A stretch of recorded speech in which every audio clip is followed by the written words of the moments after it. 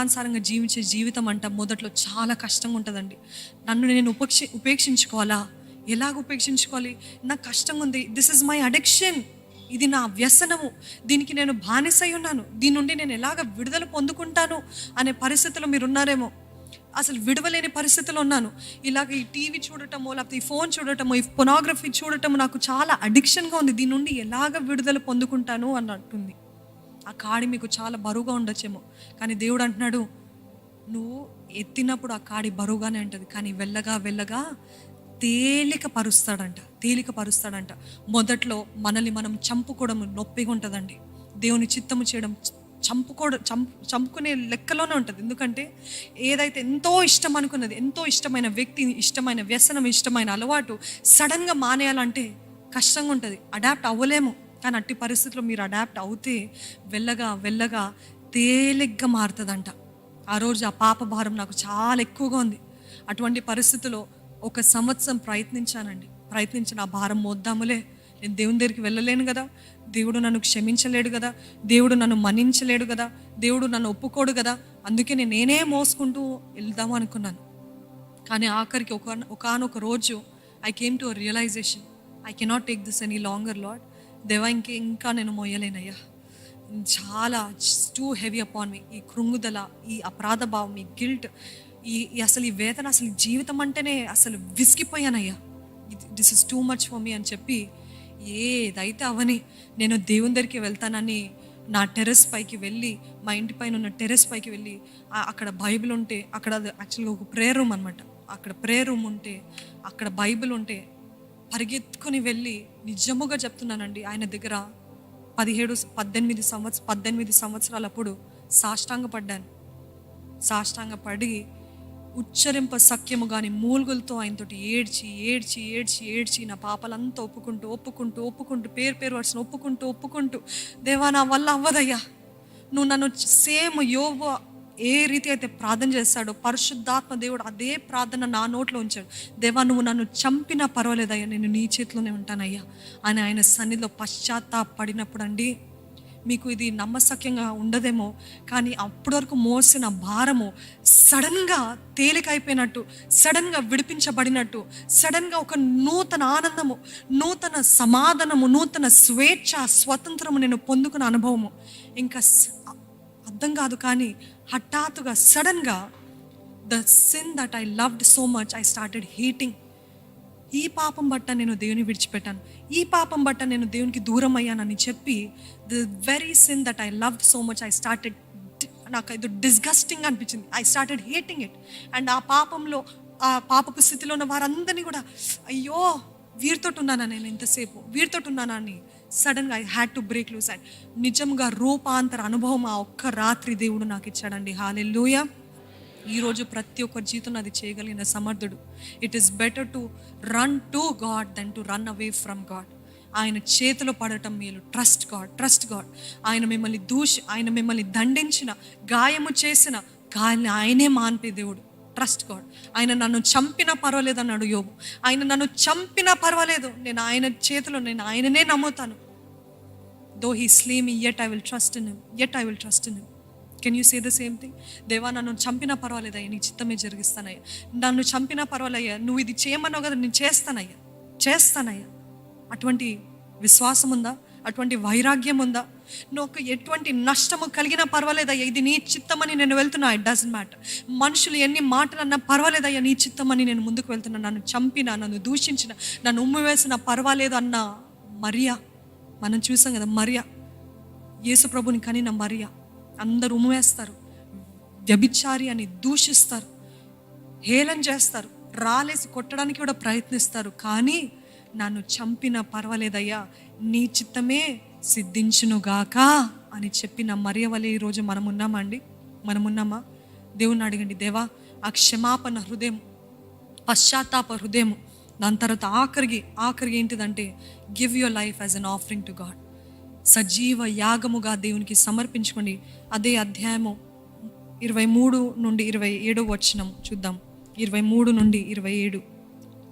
ఒర్నాను రాజైన నాయరినవాడు దాన్ని తీసుకొని తన దృష్టికి అనుకూలమైనట్టు చేయునుగాక.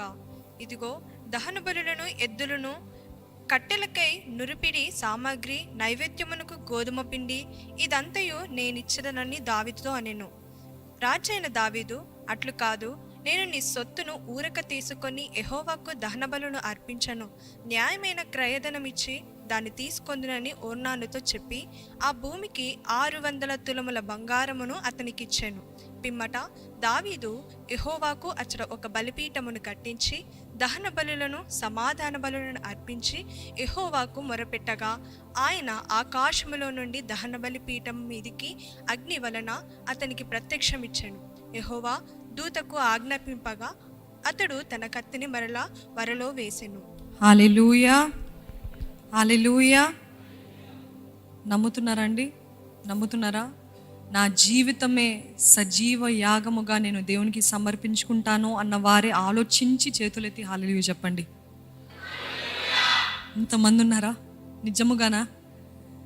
ఆయనకంట ఇందాక పాడం కదా, ఆయనకి ఇష్టమైనది మనం అర్పించే కానుకలు కాదంట, మన జీవితమే ఆయనకి ఇష్టమైన కానుకంట. హల్లెలూయా. మన జీవితము సమర్పించుకోవాలంటే ఇక్కడ దావీదు అంటాడు, అక్కడ ఒర్నాను అని అంటాడు, ఇదిగో నేను చేస్తాను. దావీదు అంటే ఈరోజు మీరు అంటారు కదా, దైవజనులు అంటే ఎంతో గౌరవం చూపిస్తూ నేను చేస్తాను, నేను ఇస్తాను, నేను పెడతాను, నేను స్పాన్సర్ చేస్తాను. నాకు ఊరికి వచ్చేది నేను చెయ్యనయ్యా. నాకు ఊరికి మీరేదో చేసి మీరేదో ఇచ్చి అప్పుడు అది నేను తీసుకొని దేవునికి ఇస్తే దాంట్లో ఎటువంటి దాంట్లో ఎటువంటి ఇంపార్టెన్స్ లేదు, ప్రాముఖ్యత లేదు, అవసరం లేదు అట్లా. కానీ నేను వెల చెల్లించాలి, ప్రతి పాపానికి వెల చెల్లించాల్సిందే. ఆయన అంటాడు, నేను అర్పిస్తా, నేను నా జీవితాన్ని సమర్పించుకుంటా, సజీవ యాగముగా నేను జీవిస్తా. ఈరోజు దేవుడు మీతోటే చెప్తున్నాడండి, మీరు ఏమి ఇస్తున్నారు, ఎంత ఇస్తున్నారు, ఎంత ఖర్చు పెట్టుకొని ఇక్కడికి వస్తున్నారు, ఇదంతా కూడా this just a part of it. కానీ అన్నిటికంటే ముఖ్యంగా ఏంటి తెలుసా? మండే రోజు, ట్యూస్డే రోజు, వెనస్డే రోజు, ఫ్రైడే, సాటర్డే, సండే, ఈ సంవత్సరం అంతా, వచ్చే సంవత్సరాలంతా కూడా నేను దేవుని కోసమే జీవిస్తాను. ఆఫీస్లో జీవిస్తాను, ఎడ్యుకేషన్ సిస్టంలో నేను అలాగే జీవిస్తాను, నా బిజినెస్లో దేవుని కోసమే జీవిస్తాను, సజీవ యాగముగా, నిశ్చయముగా, న్యాయముగా, నీతిగా, పరిశుద్ధంగా జీవిస్తాను అంటారు కదా, అది దేవుడికి ఇష్టమైన బలి అంట. హల్లెలూయా. ఈరోజు మన కానుకలు ఒక వంతే మన జీవితంలో ఇచ్చేది. It is not about the offering, it is about your life. Have you given your life to Jesus? దేవునికి సంపూర్ణంగా మీ జీవితాన్ని ఇచ్చారా?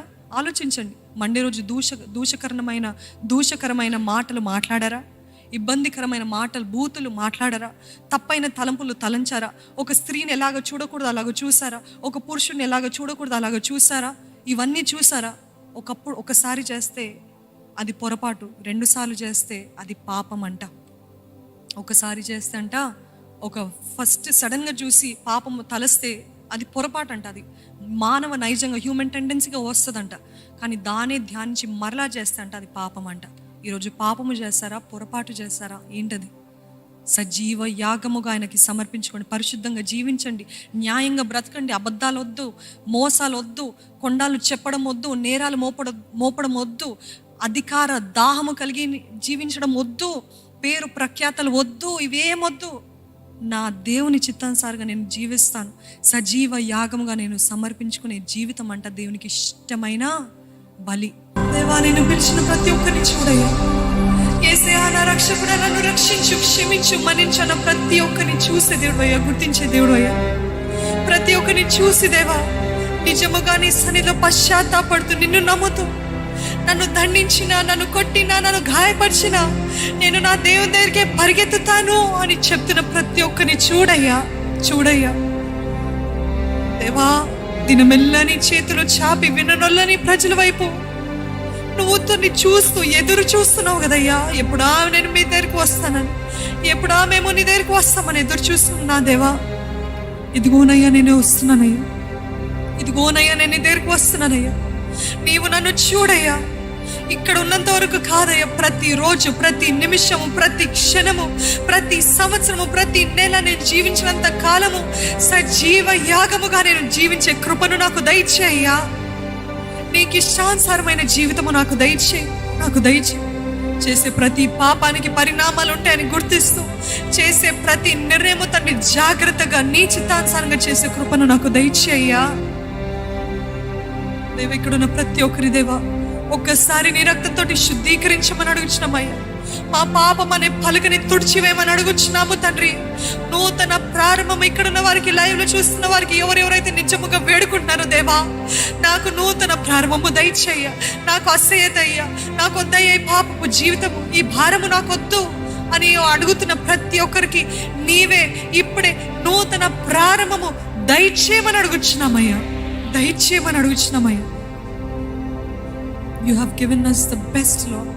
You have planned the best for us, Lord. గొప్ప వాటిని తండ్రి మా కొరకు సిద్ధపరచవయ్యా. చూసే కన్ను మాకు దయచేయి. అపవాది అబద్ధాలు నమ్మకుండా మాకు సహాయం చేయి. అపవాది ప్రేరేపణలు వినేవారుగా, లోబడేవారుగా మేము ఉండకుండా సహాయం చేయి. వాక్యం అనే ఖడ్గముతో ఎదిరించే కృపను మాకు దయచేయి. మమ్మల్ని అందరినీ దర్శించు, మమ్మల్ని అందరినీ దృష్టించు.